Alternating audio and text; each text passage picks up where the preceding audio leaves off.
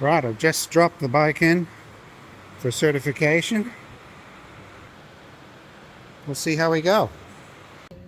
We're trying to decide which plate to put on the bike.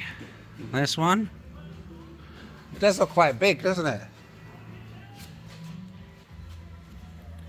It's not hiding it. I can make my own holes in that too. This has got holes in it which don't quite fit. Yeah. Well, probably that, eh? Then you put your warranty Ridgeo behind it. Yeah. Right then. There we go. Got my certification, my registration, all the good stuff. Gonna go off and try and find some fresh tires for you now. Here's my VIN plate. I wasn't allowed to hide it. It needed to be outside and visible, but that's okay. You don't really notice it at all. Yeah, good stuff.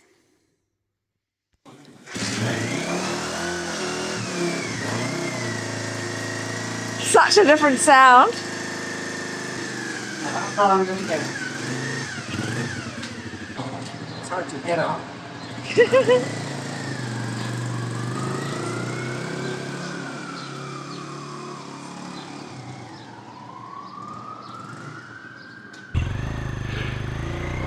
Oh, it's hard.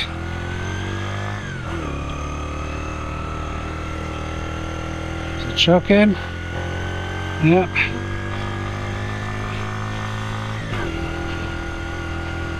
$5,000 RPM, and that's about it. That's all I'm getting. 20k an hour.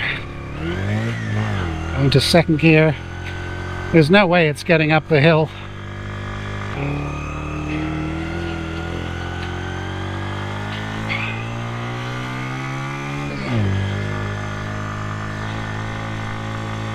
I'll be lucky if I get up here. First gear, 8,000 RPM. 10,000, and up we go.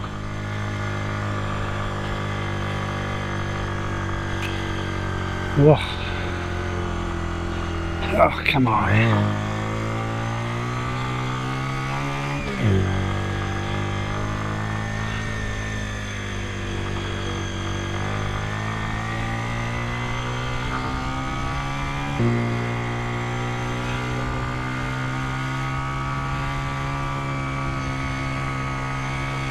Whoa.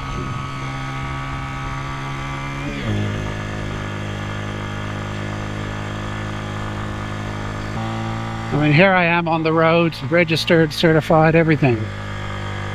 That's pretty good. Pretty good. And it's going. First ride out, it's going.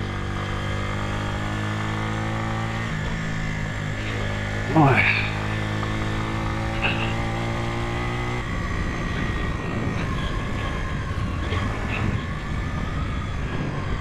Just trying the brakes. Okay, it's okay.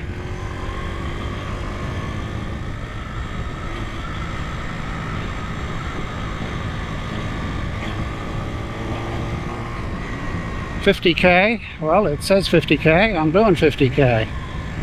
What's that red thing? Speed warning. What, $50K? I can do $50K here.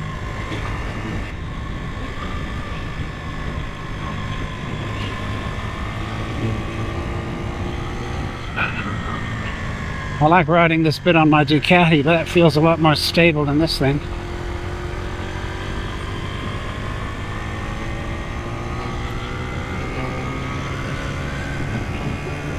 $60. Ugh. I don't quite trust it yet, so I'm going to be careful. Not sure about that bloody red LED flashing all the time. I mean, it's doing 45 now and it's flashing. I feel like I was doing more than 45.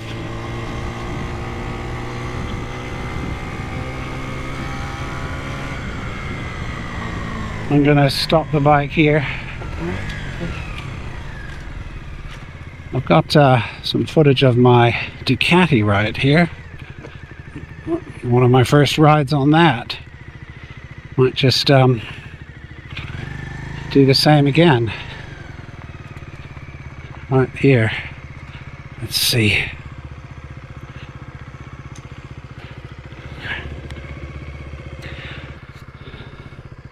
So I'll shoot some snaps here on my phone.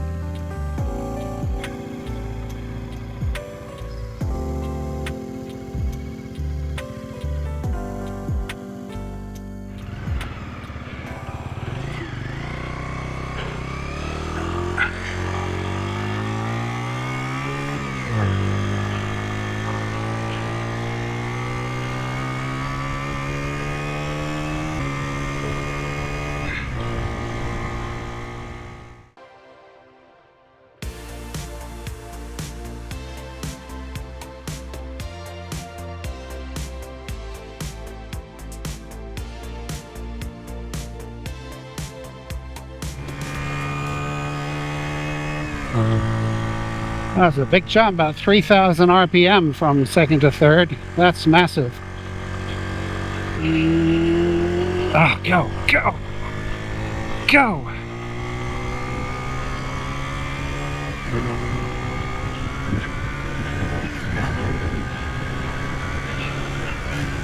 That's top gear.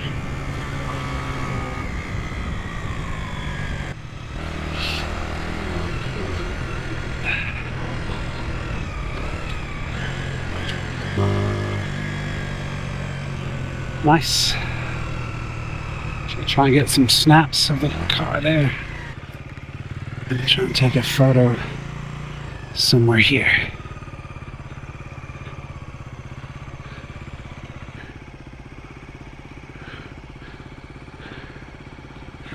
That is a nice shot.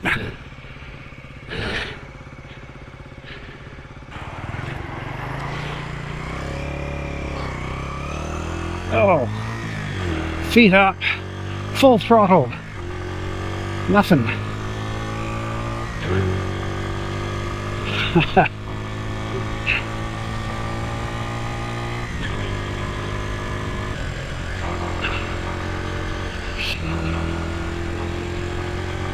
Lovely evening sun here.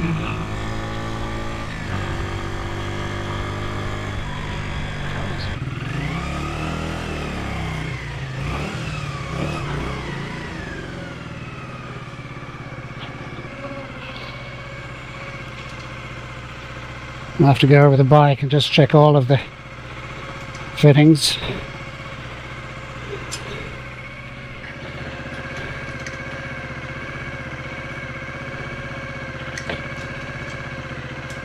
Good.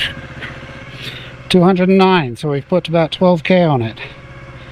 Hurrah!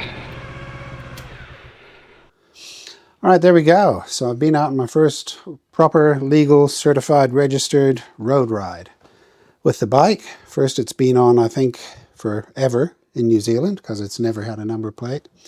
And we put about 12 or 13k on it. It's now got just under 210 kilometers on it. Progress. Other comments on this ride. The red speed warning light seems to come on early at about 40k an hour. I can't see who that's for. I thought these in Japan were allowed to do 60. I don't know how fast I went, but I was, on the downhill part, up on the slope, it was pretty quick. Could have been 70k. I wouldn't have done that on the flat, but I think in that downhill part it was probably doing about that. I think the hardest bits are getting my feet up. I mean, I can get them on the foot pegs because it's like my Ducati, but once they're up, it's very difficult to operate the controls. I'm going to have to drop them both down. I'd like to get a bit more power in the mid-range to make it more like a moped should be. If I can get that, it'll be quite nice. I'll be quite happy to ride that around. As it is now, everything's full throttle. You're just constantly full throttling everything. And the gears, you're just basically your gearbox is your speeds, is your speed control, not the throttle. Throttle's always full. I'm still not finished because there's the Takigawa unit to have a play with. There's tuning to do, some modifications. There's a couple of bits I'd still like to fix up on the bike if I can get parts and stuff. But otherwise, it's just going to be some riding, I guess. That's what I got it for. I wanted to be able to ride it. And so now I can. Very happy with the outcome there. Very happy with that, in fact. In any case, that wraps up this episode of this series on fixing up my Dream 50. Right, and if you stick around past the end here, I'm going to put in all that video footage of me doing all the work that I've done since the last video. And as usual, if you like anything you saw, give me a like, subscribe, share the video, comment, let me know how I'm doing. And we'll see you on the next one. Bye-bye.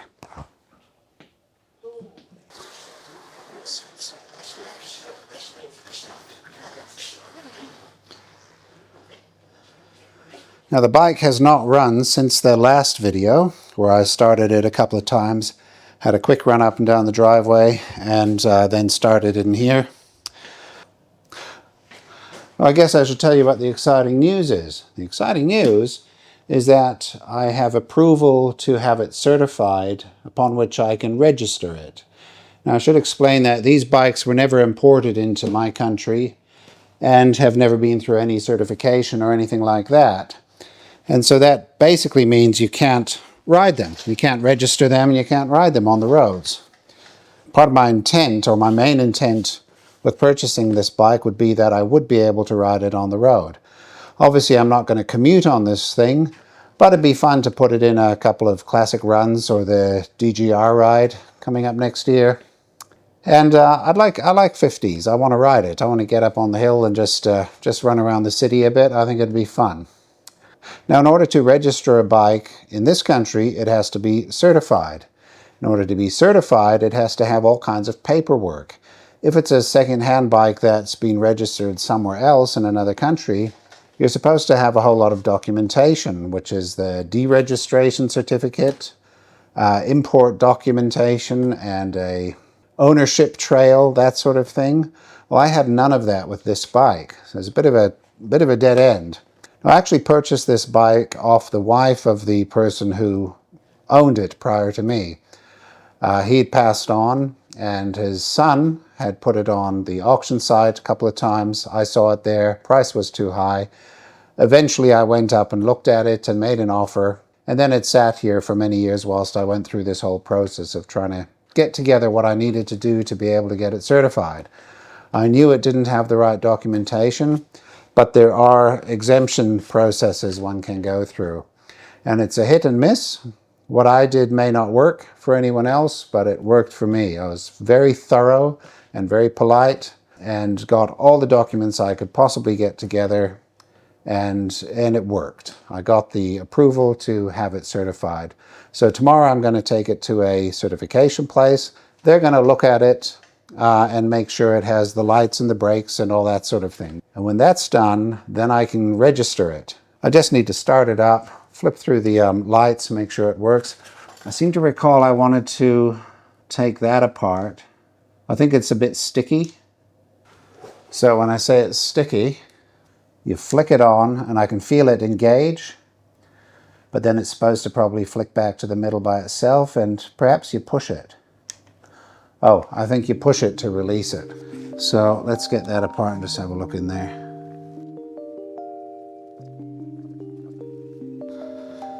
Okay, so we've got the upper switch, obviously. It's just one screw inside there holding this plate on.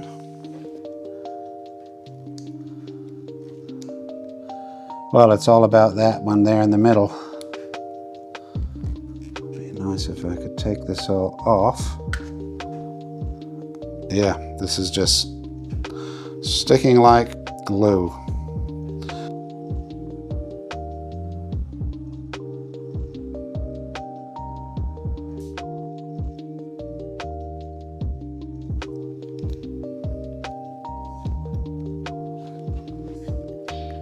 See, I think one should resist the temptation to just squirt a whole bunch of cleaner inside the cracks.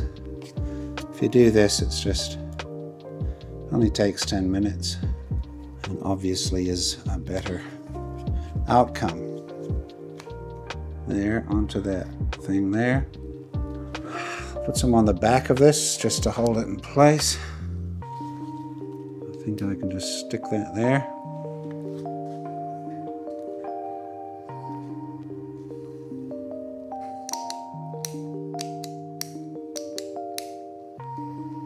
So that's done. Looks like it only goes on in one position. Good. Turn it on. Lights up, signals off. Oh God, such a short little stroke.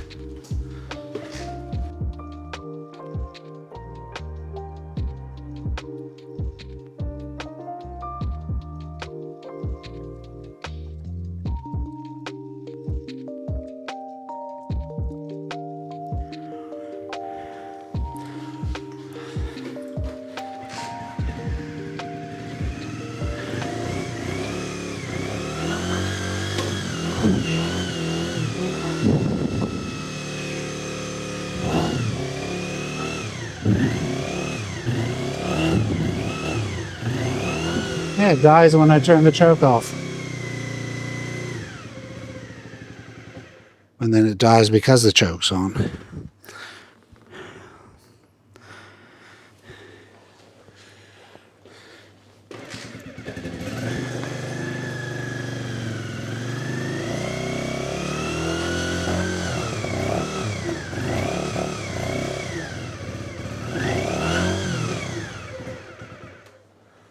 Okay. Well, I might not be able to take the bike in tomorrow. I mean, the fuel tank was pretty bad, so debris in the pilot valve, possibly. Something like that. So let's start pulling it to pieces.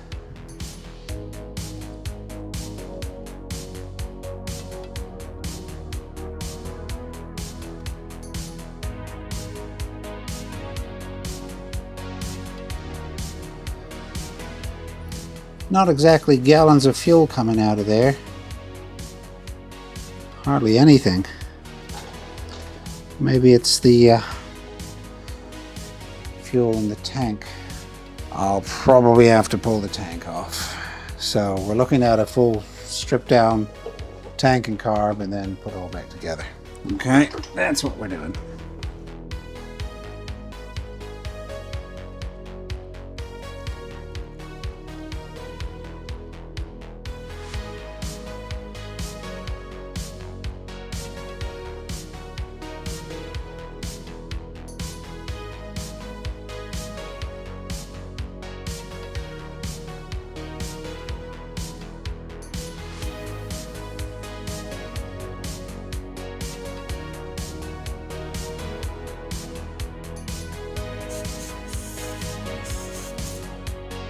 There's no actual filter in it, just the bulb.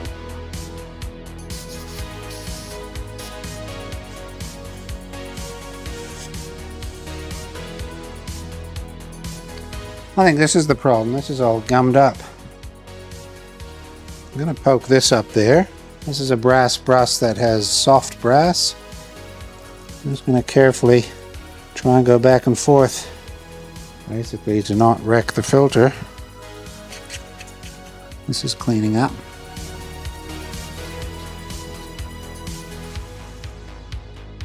See how they're all got the same color now?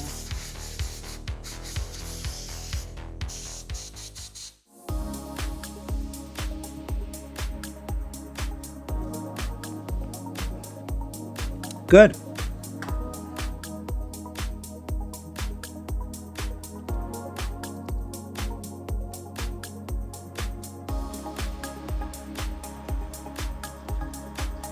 It's pretty cool. Here we go.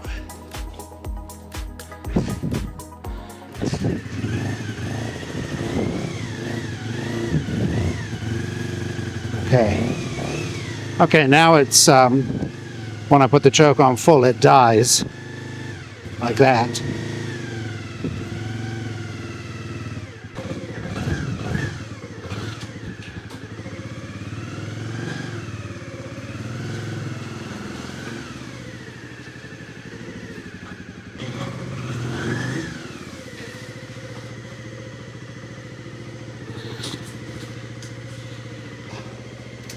Off we go.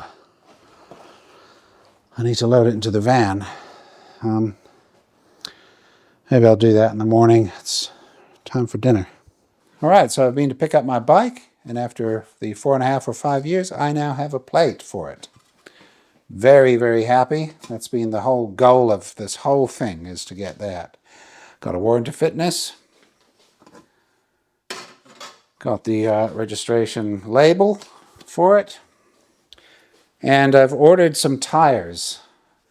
Okay, so the next thing I want to do, however, is take the wheels off so that I can just take the wheels into the place and then get them to put the new tubes and tires on it. May as well do it there. So now this thing doesn't have a center stand either. It's only got the side stand.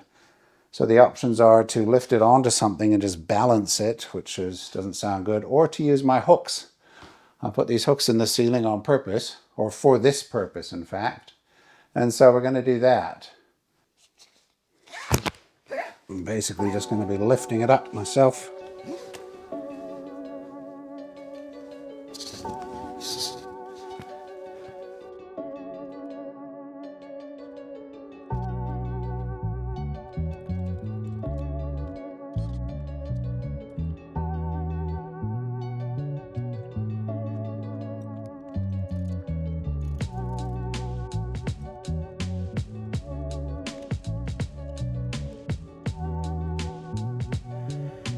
Looks like new in there.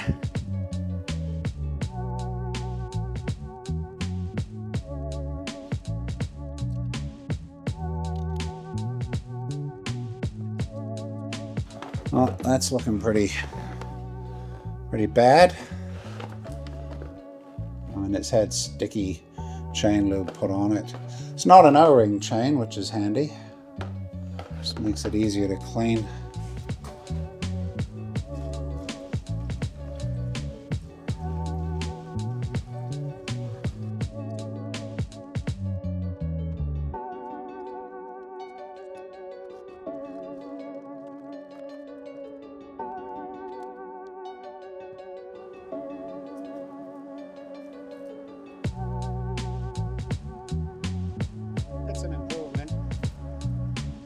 All right, just spent another few hours down here working on the bike. Now today I got new tires, and I kept the old ones, of course, because these are the originals. Pirelli's 2.5 18 45L, and they're called Mandrake. Couldn't get those. There was no way I was getting those. So I had those taken off at the bike shop. I kept the inner tubes. I've scrubbed them up and cleaned them. I mean, they're like new, but they are cracked. You know, they've got those kinds of wear lines, see there? But if someone was obsessed about how the bike looks in another 50 years, there you go. Have the tires. They're going to go with it. Now, the tires that I did get, as I already mentioned, I had almost no choice. But here they are. Quite happy with how they look. They look great. Don't really care what they're like, because we aren't going racing on this thing. Now, these are the new wheels. I've just spent hours cleaning the spokes, just one at a time, and just cleaning the wheels, cleaning whatever I could get to. There is some corrosion on, just from, like the bike was just sitting like that, and so whatever was facing up has some corrosion on it. And the other side is like new. But I cleaned all this like crazy. Everything looks as good as I can get it, which is pretty good.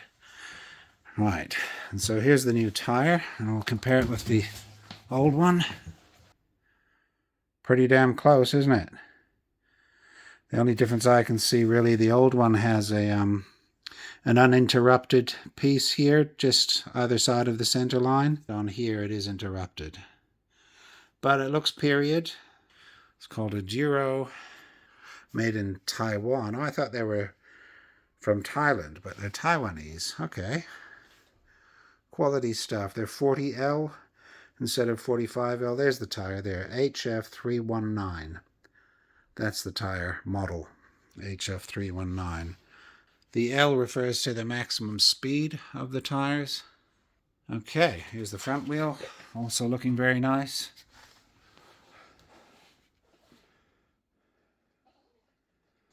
I've also taken off the tank because I'm going to be doing the fork, the oil in the forks, and I'm going to pull the shocks off, clean those up.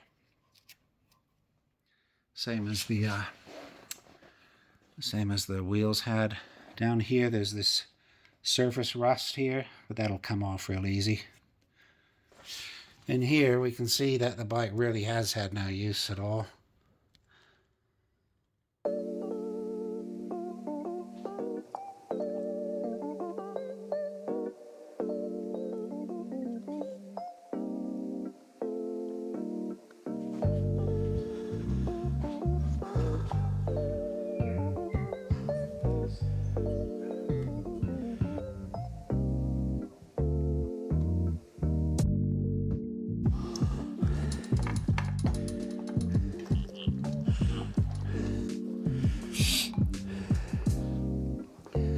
So I'm going to clean all this up.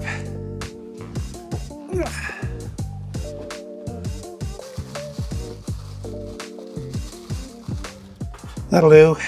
Let's see what we can do. Alright, I've just been cleaning engine case here as best I can.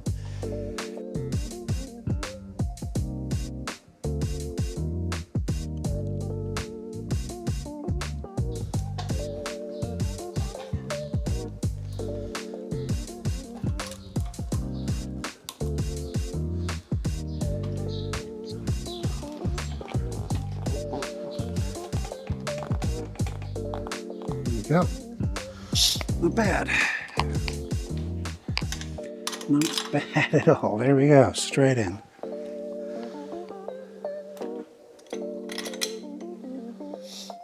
That was easy alignment. Just using the little pump on the chair. Did it.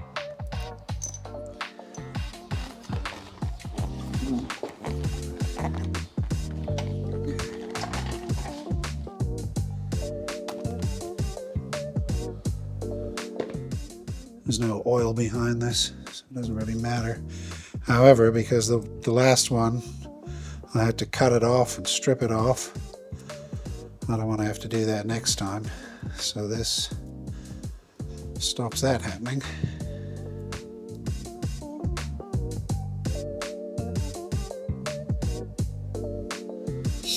Very nice.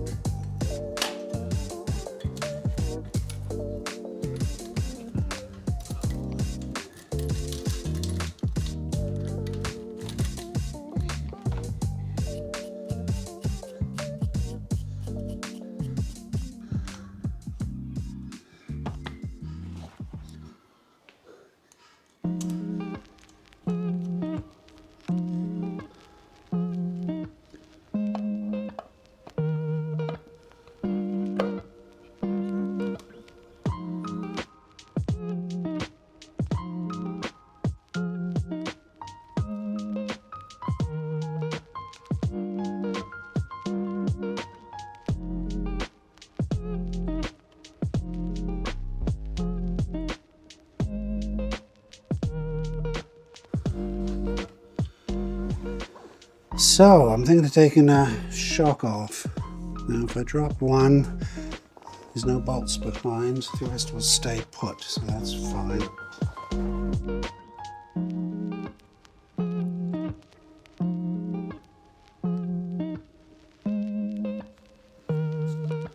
This thing for rubber, wax and grease remover.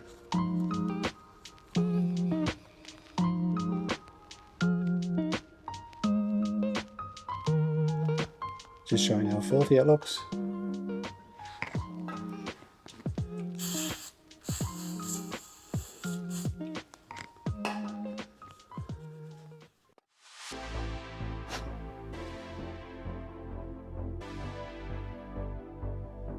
Beautiful.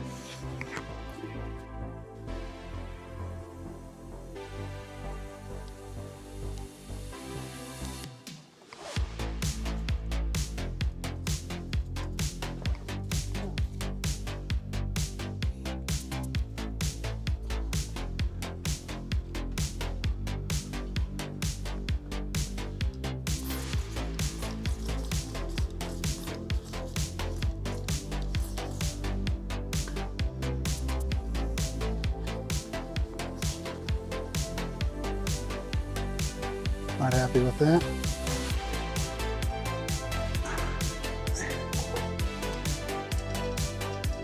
Yeah, the one I've just done looks far better than this now. Much tidier.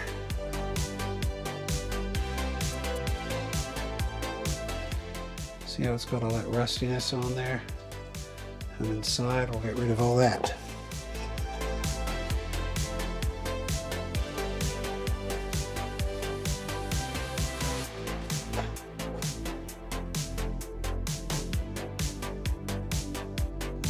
Focusing, but there you go.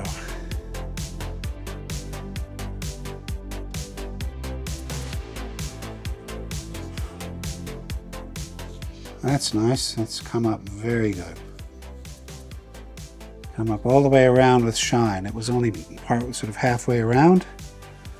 And the shine has come back on the spring here, all the way around. There's the bad side, and clean it up like that.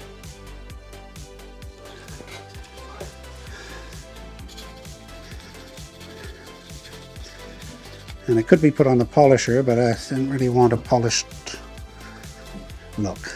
It's supposed to look more like aluminum.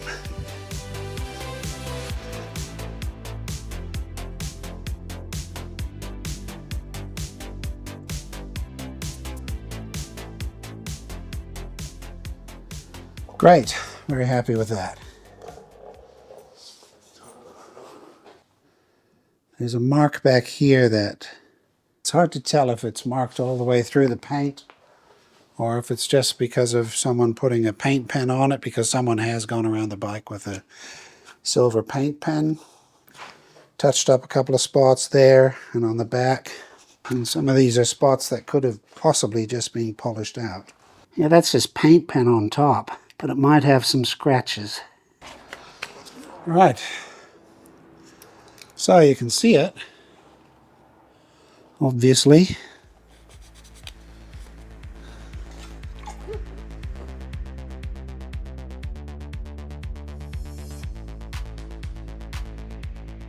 So there's a couple of scratches, one slightly deeper.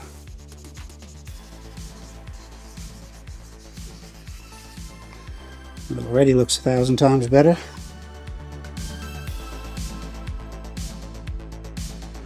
So there's just sort of a scratch, bit of paint, sort of discoloration right there. Hardly visible. Not going to worry about it. Yeah, I'm glad that came up nicely. Okay, let's see what happens.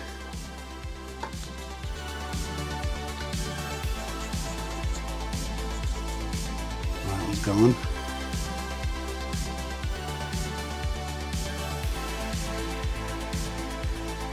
Not a problem at all. I'm not going to go any deeper.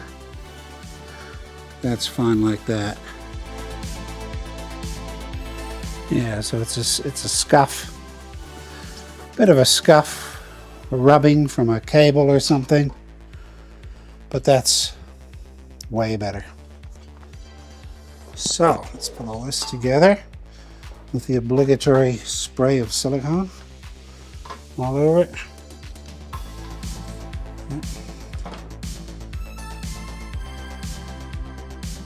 And this is Goof Off, which you use for tape. Can't get it off with solvents, you have to use this type of product. So today I'm going to clean up this signal bar here, and then we'll put the back wheel in and all that. There's some corrosion on there on the top. I want to clean up this rubber grommet there.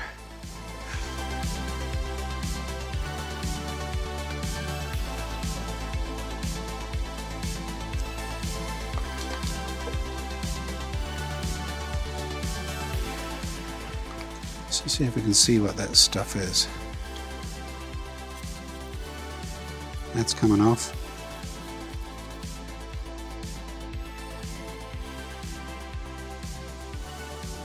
Just going to go lightly with this, that takes it off.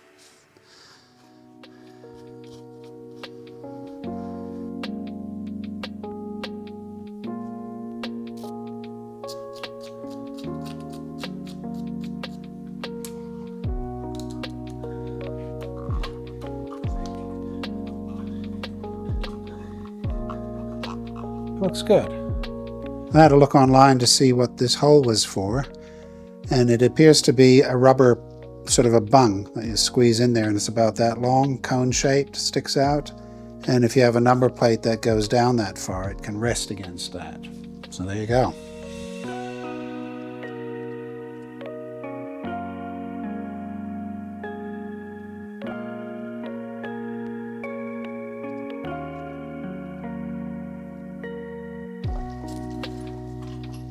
So we'll start by getting the chain around it here,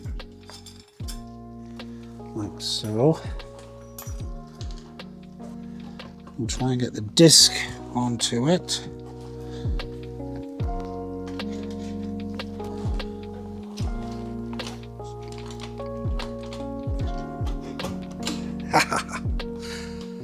Did it.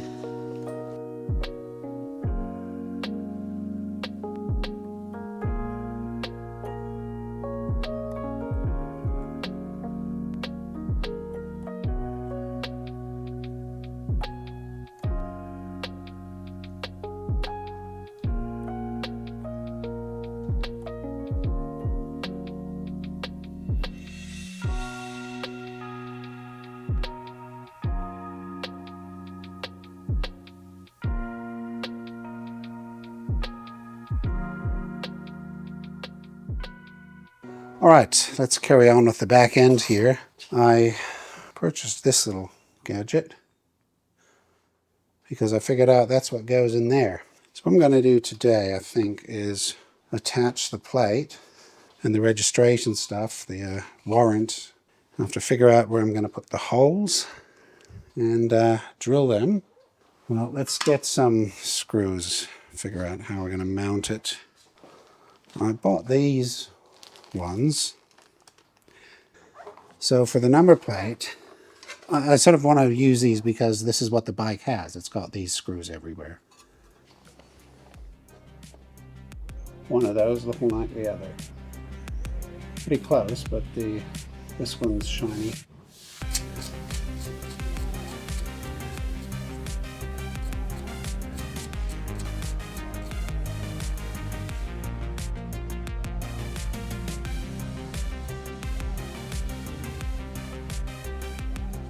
So just mark some holes here, there, and there.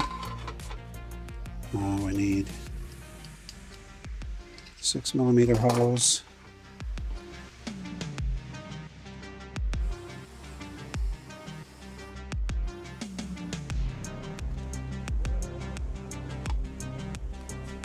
So I'll do it like that.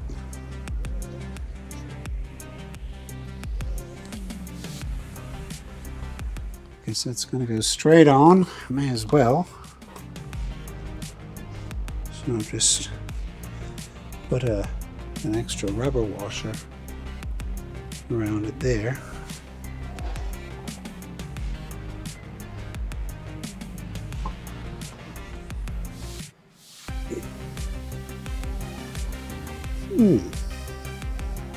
Just touches. And it doesn't wobble. That's good.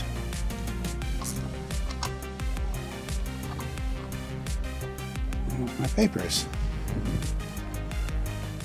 There you are, all registered and everything. How great is that? Is that corrosion? Yes, it is. Just corrosion on one of the 3 pins there. Orange and green is the that signal. Blue and green is this side.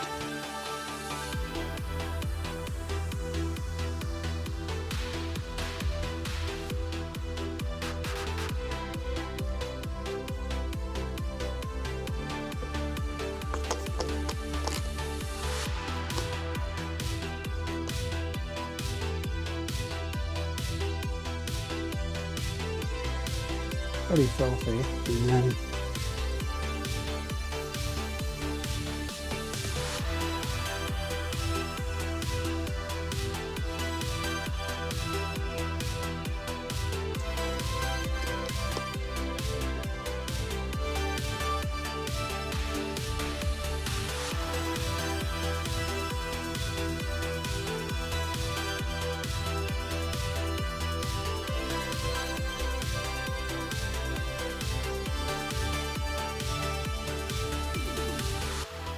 I could run that through the polisher to match it up against the other one. I'll do that.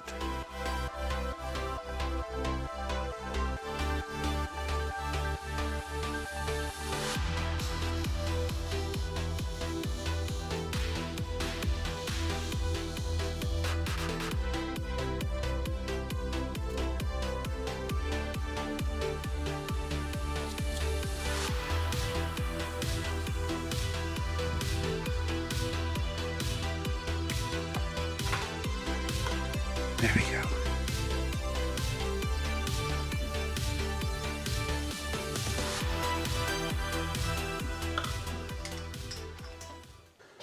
All right, back here for another day. Now, I've got something exciting.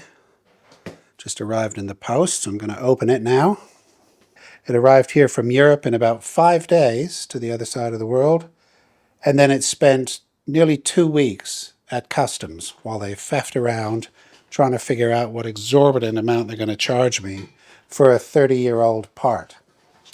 I really resent paying taxes and such on something that's had many taxes paid on it already over the years, but there we go. Now, this was a luxury, but it was really the part that I wanted to get sorted, but not until I had registered the bike. Look at that. And so now that it's certified and registered and I can ride it on the streets, now I can spend time and effort cleaning it all up. And that's what I'm doing in this video series, obviously. I'll just show you what I'm replacing. I mean, you may have known already if you've seen the series. This is one of the exhaust pipes. And it's scuffed right there. And so is the other one. Both of them are scuffed on the outside. I mean, it's very obvious that whoever had this bike fell off it a couple of times, irritatingly on both sides, and damaged both of the exhaust pipes like that in the worst place. You know, that's it. I knew that those pipes were good enough to ride around, obviously. It's never going to be mint, but it's going to be 95%. It'll be 95%. It's not going to be 100%. And so part of that 95% is this. This one. So my part here, with this weird finish on it, where it's all gone all foggy and milky looking. Now, obviously, these could be resprayed and you can get new stickers and all that. But if I'd resprayed this, you end up with a different look. And so if I can get the original part brand new NOS, I'll take it. Now don't disappoint me. Yep, good. That's my new cover for the right side. It's going to go on there and look fantastic. And I still, on the other side, I need to deal with this sticker. I've got to find a replacement sticker for that, or a new one, the whole thing.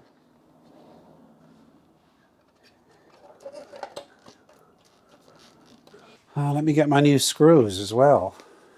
Here they are.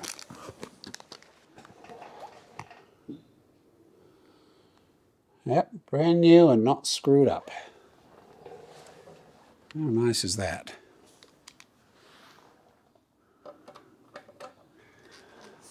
Ta-da! Very nice. Doesn't get better than that.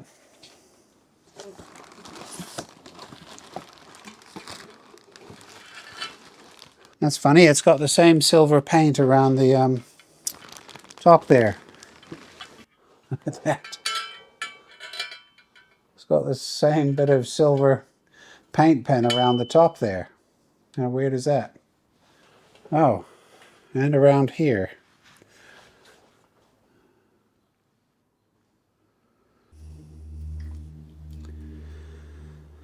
So the slot is on that side. This will just go over the cabling, I think.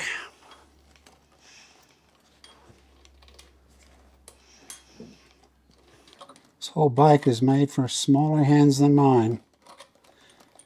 Can't get into things. It's too hard to get in. Like I can't put my hand in there. Now regarding the forks, what am I going to do? Yeah, I'll take the front fender off and then clean up these things. Fork legs inside the fender and so on. It's funny how nothing has washers. Everything just has flange nuts.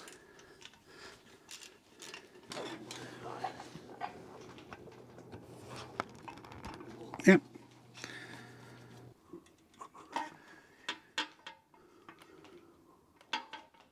Not a lot of riding.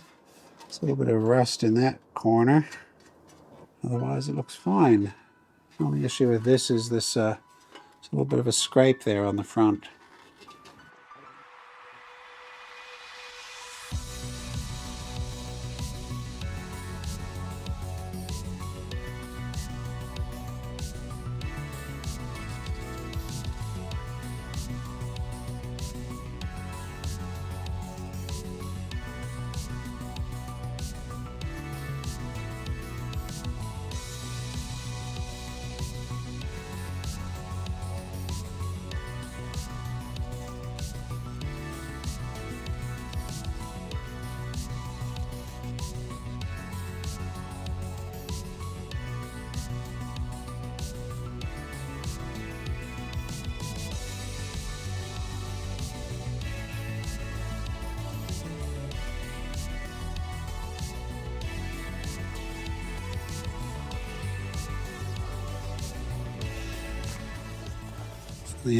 Funny enough, these are a part that's available.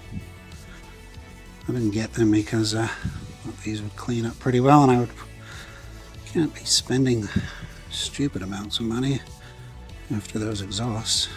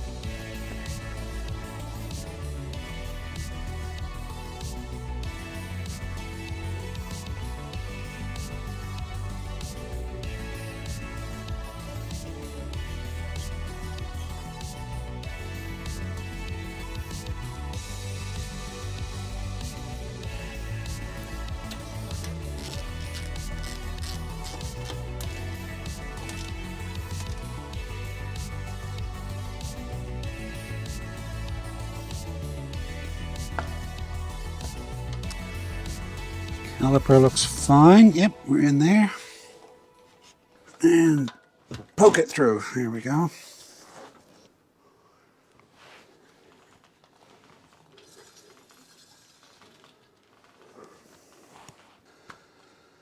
Starting to look like a motorbike again, aren't you? Very nice.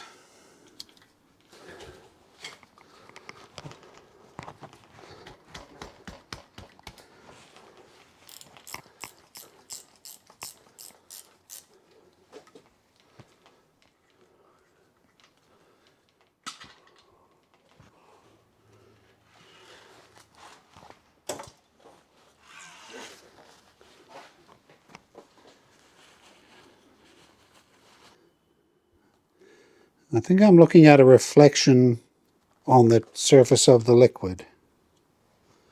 I think.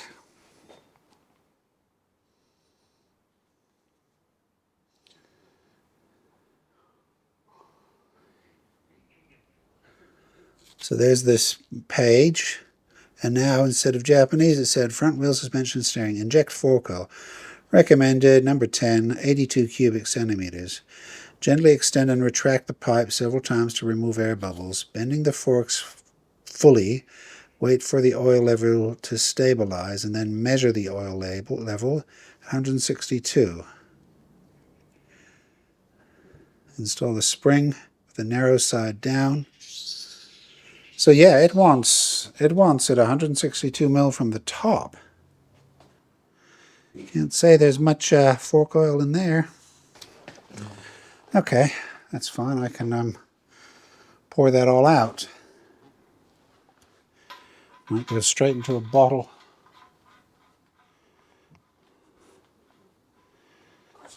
Oh, so I guess we'll just go like that and say hello. There you are.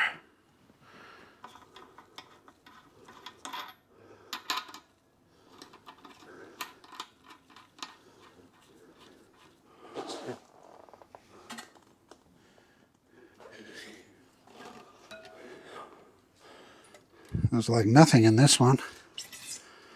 Nothing. Yeah. Check your fork oil. There might be none in it. That's why it felt so terrible.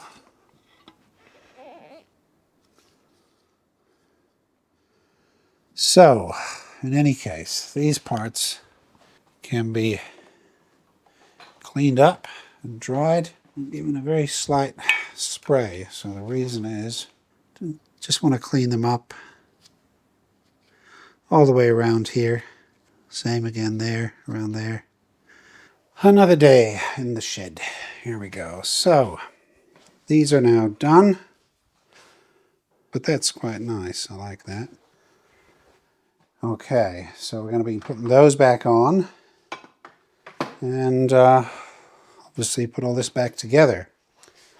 Now, what's the best way to... Oh, and with the forks in with new oil and all that.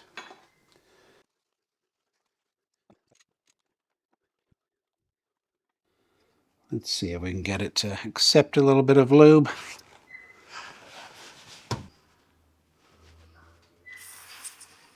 Oh, yes, look at that. Oh, boy, that went down. No doubt about it.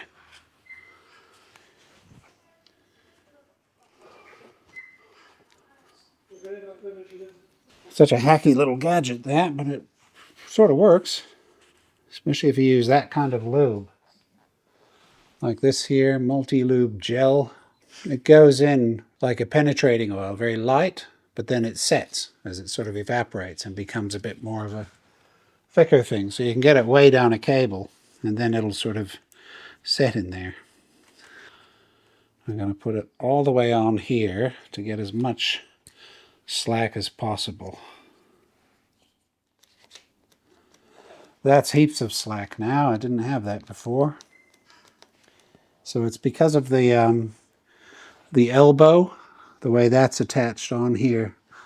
If you haven't got any slack in your wiring, your cable here, just wind that in a bit further, but you have to have it off so that you can spin the housing. And there's plenty of slack, and now I can use the adjusters, top and bottom, to take that out. Out there. Good. 61209. 61209. I think that fits with that receipt that was in there from the gas station. That was 08.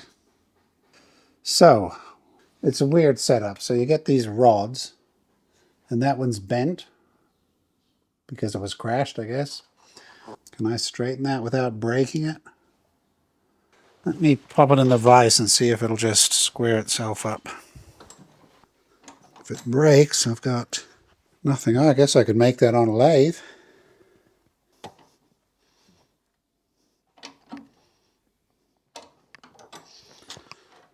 So you get this funny little rubber piece, and then another rubber, and that goes, that's something like that. Okay. And then we have this little piece which is all screwed up. Funny little bit of metal. But I have a fresh one of those somewhere.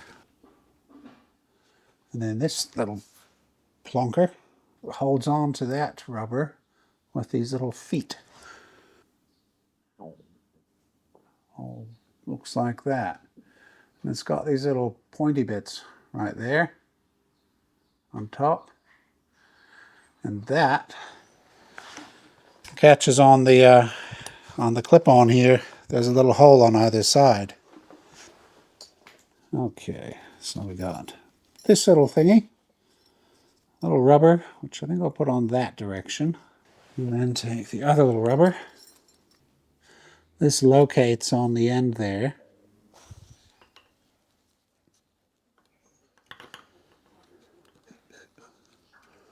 Right, you're going in for good now. So,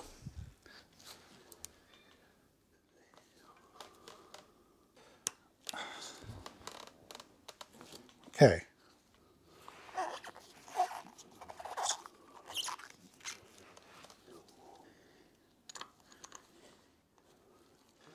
If I distort that too much, I'll glue it.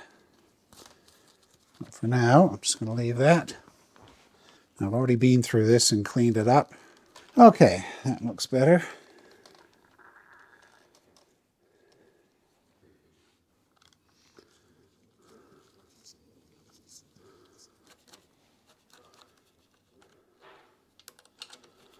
Just somewhere very roughly like that.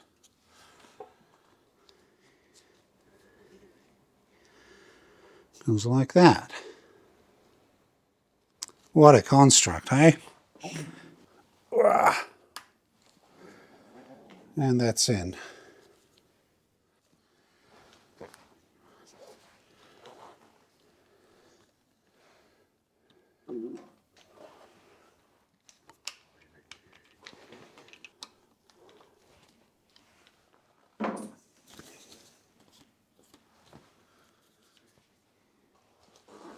Okay, here we go. Oh, there's no adjustment back up and down because of that hole. So wherever this ends up is where it ends up. There. It's pretty close. Right, so the only way to improve that is to pull the whole thing down. That's okay. If we do the forks, let's just see if I can do that. Meaning I can get the air out of them.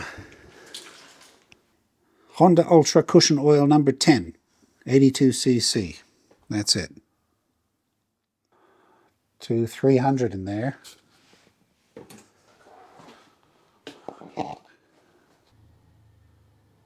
So we'll go to 75. Because of course the forks are not necessarily completely empty. Here we go. Here's the good stuff.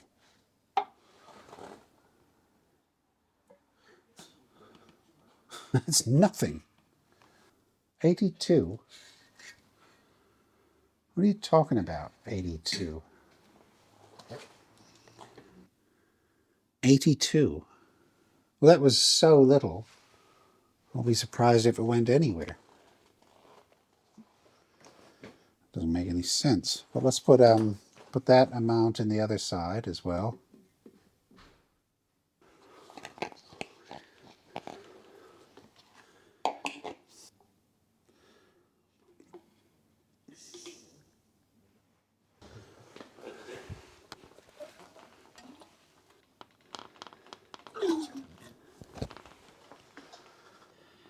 Okay, I think I see it. Yep, I see it.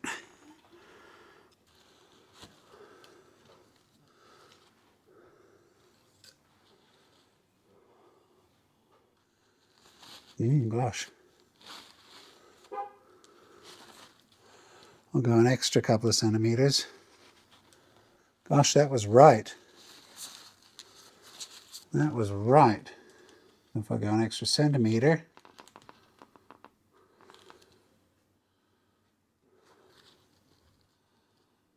it's about an extra centimeter.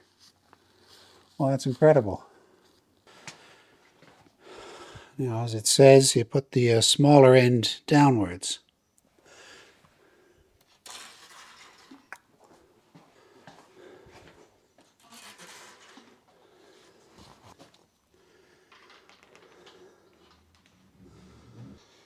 A lot easier than the Ducati forks, which had some heavy springs.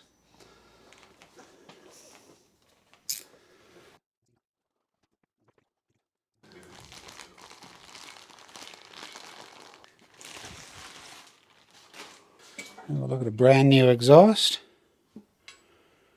Now, of interest, which I thought initially was just someone trying to touch things up with a paint pen. It's got the paint pen marks around the bracket there. And also up here, around there. Which on my old exhausts I thought someone had tried to do, but then I saw it on these brand new ones, and sure enough, it's the way they are. From factory. I always knew I'd get a fresh set of pipes for this if I could get it on the road, and here we are. I'm putting them on. How about that? Best time this bike has had in 20 years.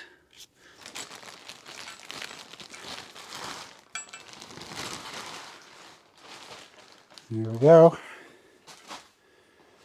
Same thing. That silver paint around there. And also around there. Let's look at the back. It's all nice and new, isn't it? Look at that.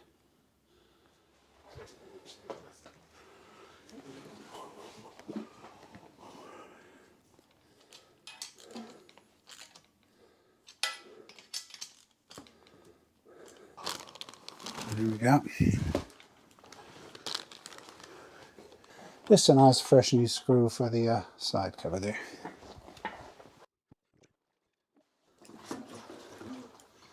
Yeah, that's a much better fork.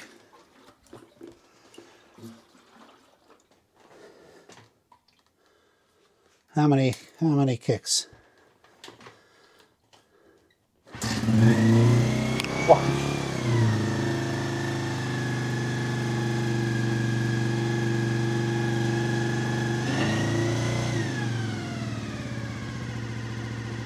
How about that?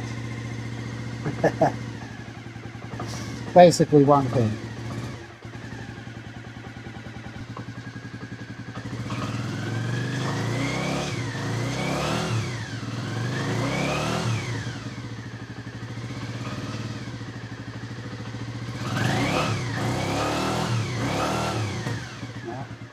Just starves.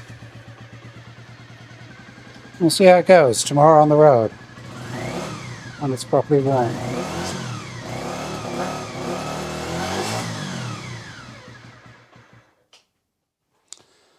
Yes, we will find out. In the meantime, I'm pretty damn happy with all that. So I'm going to turn it around and put it over there so I can clean all this up tomorrow.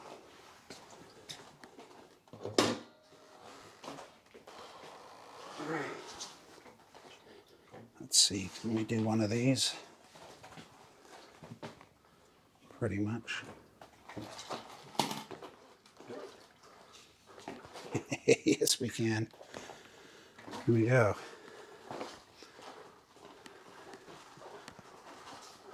All right, going to do something new again today.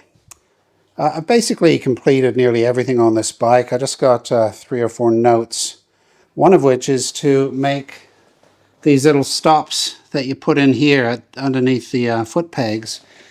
They hit the ground when you're going around a corner. Now people will say, well, why do you need that? Just go around the corner. But the point of them here is to stop hitting the pipe on the ground.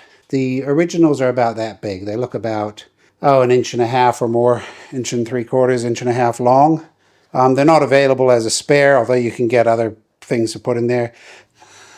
So if the bike was leaning over, see how it touches the ground there, and you can see the distance there. I can fit my thumb in between there. If I want to add a bit, about that much, that gives us about that much before the pipe hits. Once those things hit, you're safe. If it starts to lift, you're going to wreck your pipes. And because these pipes have cost me an arm and a leg, I do not want to ruin them. Maybe 45, something like that, total including the head. And I'm going to have a look at the books and see if I can estimate from pictures how long it would be. They've got a rod there and basically just a bolt through it. Let's see if we can guess it from that. Roughly 15. So if that was 15 across, then it would be 30 long. And the nut on top, adding whatever to it. There we go. That's what we're going to put on top. So a little piece there. Close enough.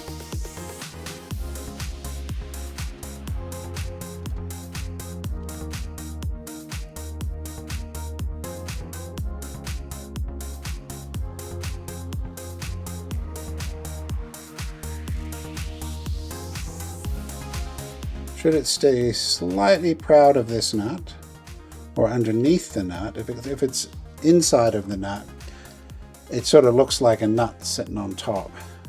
Whereas if it's the same as the big measurement or slightly out, I'm going to go for the 15. This is 14 and a half at its widest. That's all right. Let's do 14.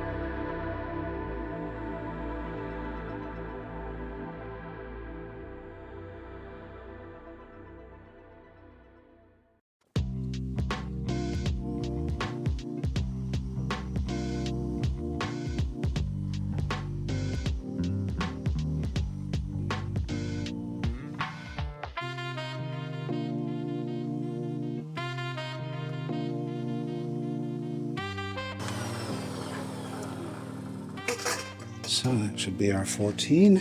$13.98. Looks good.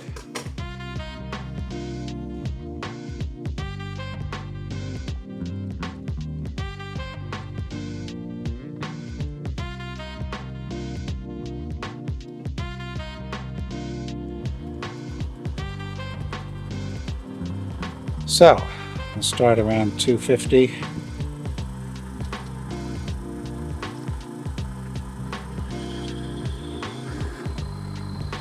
Obviously it's just aluminium.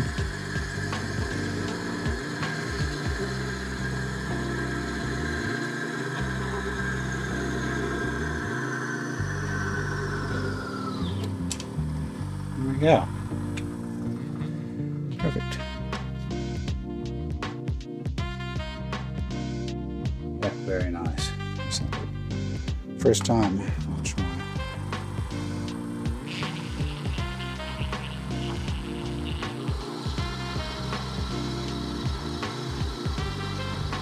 Oh, nice. I don't even have to think about it. Oh, nice. That was nice. That worked beautifully. Came in quite strong. I was a bit worried. But once it bit, it just stayed bit. It didn't jump out or anything. That was nice. Right, I've done that. Now let's go get the bike again.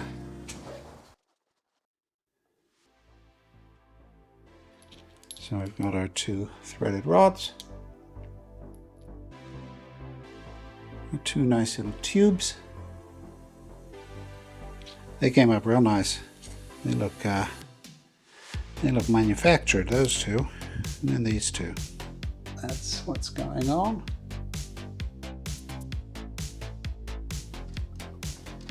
Cool.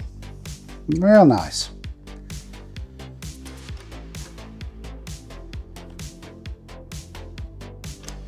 Real nice. Love it. Couldn't be happier.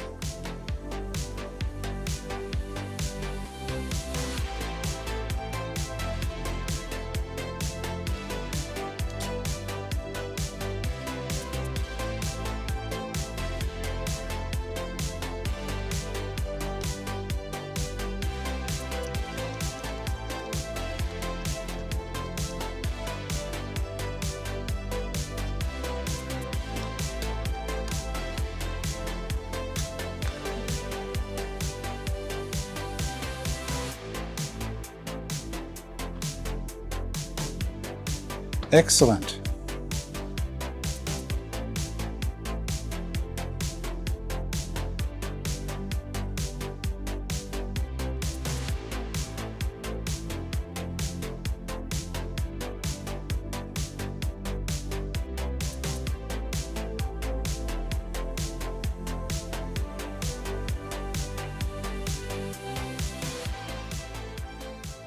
Okay, there we go. I think I've done all the bits that I meant to do. So probably tomorrow, if it's sunny, I'll go out for a ride and see what happens.